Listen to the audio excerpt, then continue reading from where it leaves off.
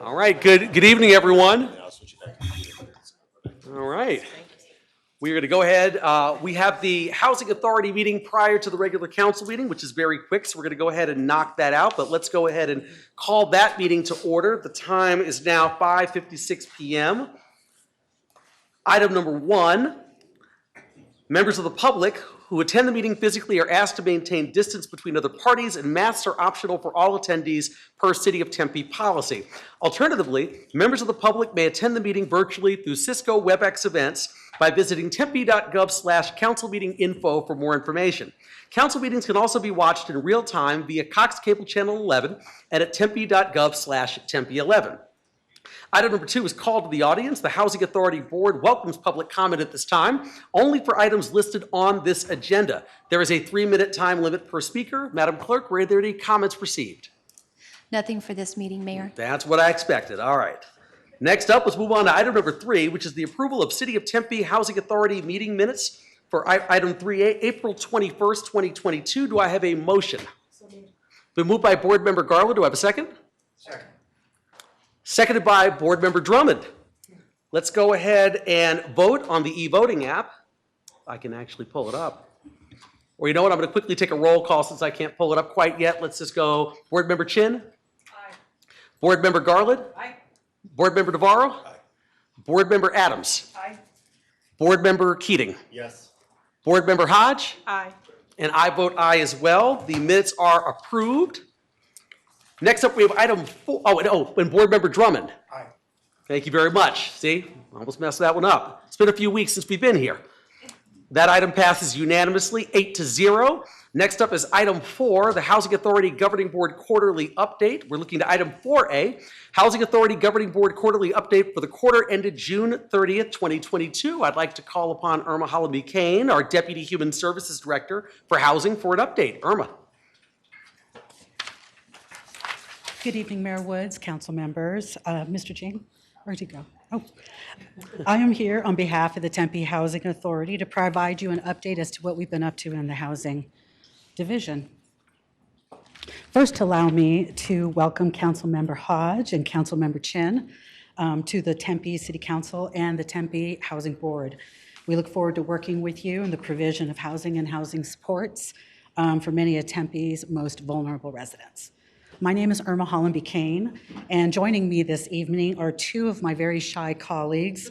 We're all a very relatively new management team. I've been with the City of Tempe for the past 2 months.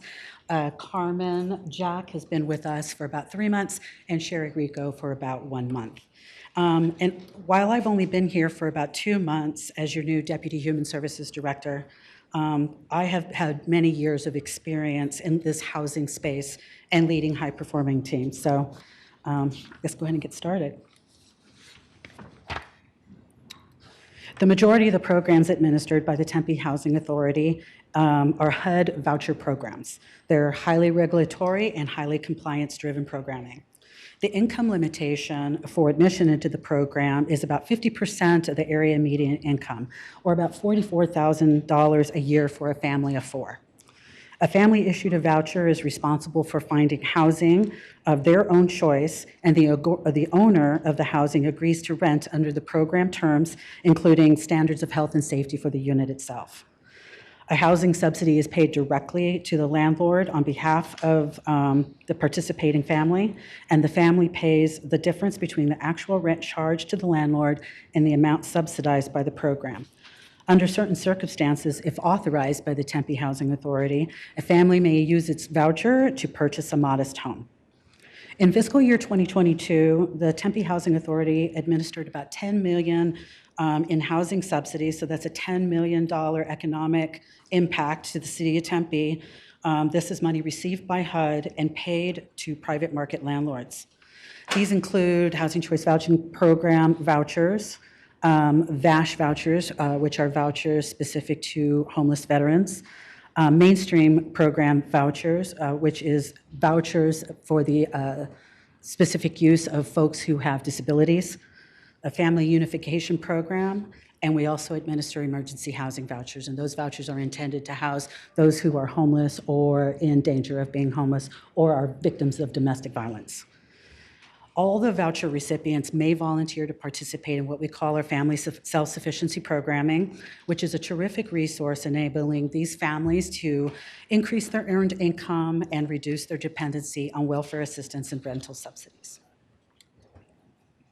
The data over the next 4 slides is specific to the Housing Authority's performance, and this data is actual for May of 2022. And sorry that it's so tiny. I'll bear that in mind the next time I come to visit you. So HUD contracts with Tempe with a budget amount referred to as budget authority and an allocation of vouchers.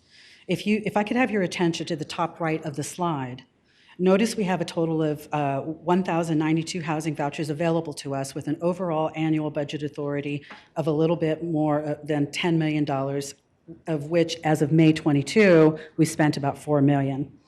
Of the 1092 vouchers allocated to Tempe, we have 833 currently leased up in the community, and that's a leasing rate of about 77.78%, which is actually cause for concern. But notice on the bottom left how we're spending at a rate of over 98%. What this means is that we're spending most of our money and can only afford to lease up maybe another 14 or so families, bringing us to a total of about 847 that we can support with the budget authority that we have available to us. And what this means is that Tempe's rents are out of sync with what HUD is paying us to cover the rents. Which we all intuitively know. We've seen the market increases over the years, but especially during this pandemic and the current economy. The teal line in the graph represents the budget authority awarded to Tempe going back to 2015. The black line in the graph represents the housing assistance payments that we paid to landlords going that far back. And the gap represents reserves held to the tune of about $1.5 million, a savings account, if you would, that doesn't do anybody any good sitting in a bank. So our challenge will be to close that gap a little bit, spend into our reserves so that we can maximize the number of families that we're assisting in Tempe. This graph represents budget utilization performance going back to 2015. With the exception of a few years, we've met the mark set by HUD of 95% spent down. This slide demonstrates the year-over-year per unit costs that we are paying on behalf of assisted families, and the rents are projected to continue to go up. Now, if you notice, in every one of these slides, or any one of these graphs, it's just a straight line trajectory demonstrating the rent increases or the average amount that we're paying for rent every year going back to 2017 or 2015. It's quite substantial. In 2022, our leasing percentage, again, is 77%, with 833 out of our 1092 vouchers leased up in the private market. We have 8 vouchers that are ported into our jurisdiction. That means 8 vouchers from other jurisdictions that move to our city, and we administer the voucher on that jurisdiction's behalf. And we have 19 who have elected to move out of our jurisdiction and are doing the same, but somewhere else. And only an 8.76% attrition rate, which is low if you compare it, for example, in this slide, as a comparison of us on the left and the entirety of the state of Arizona on the right. Do I have any questions? Do we have any questions about the Housing Choice Voucher Program before I move forward? Thank you, Irma. Does anyone have any questions? Any board members? No? Okay, Nope. very good. Okay. Well, just a couple of quick things. We have been notified of a $2.5 million home investment partnership American Rescue Plan allocation that will be coming our way. And it is our intention to use this money towards the support services, life skills, direct deposits to help people move into homes and remain stable in their homes. And as you know, we have an affiliate nonprofit, affectionately referred to as the affiliate.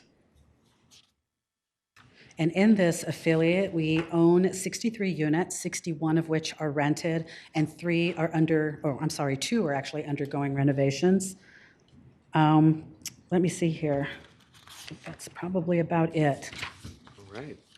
Thank you, Irma. Appreciate it. Any board members, any questions for Irma?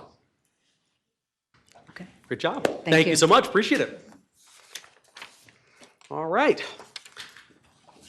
Since there is nothing else, we are going to go ahead and adjourn. I wanted to thank Board Member Drummond for being here in person this evening. We apologize for being so late. We were wrapping up an executive session upstairs, which we're still not done with, actually. But thank you. We really appreciate it. This meeting is adjourned. We're going to take about a minute so Jason can turn it around, and we'll then start the regular council meeting.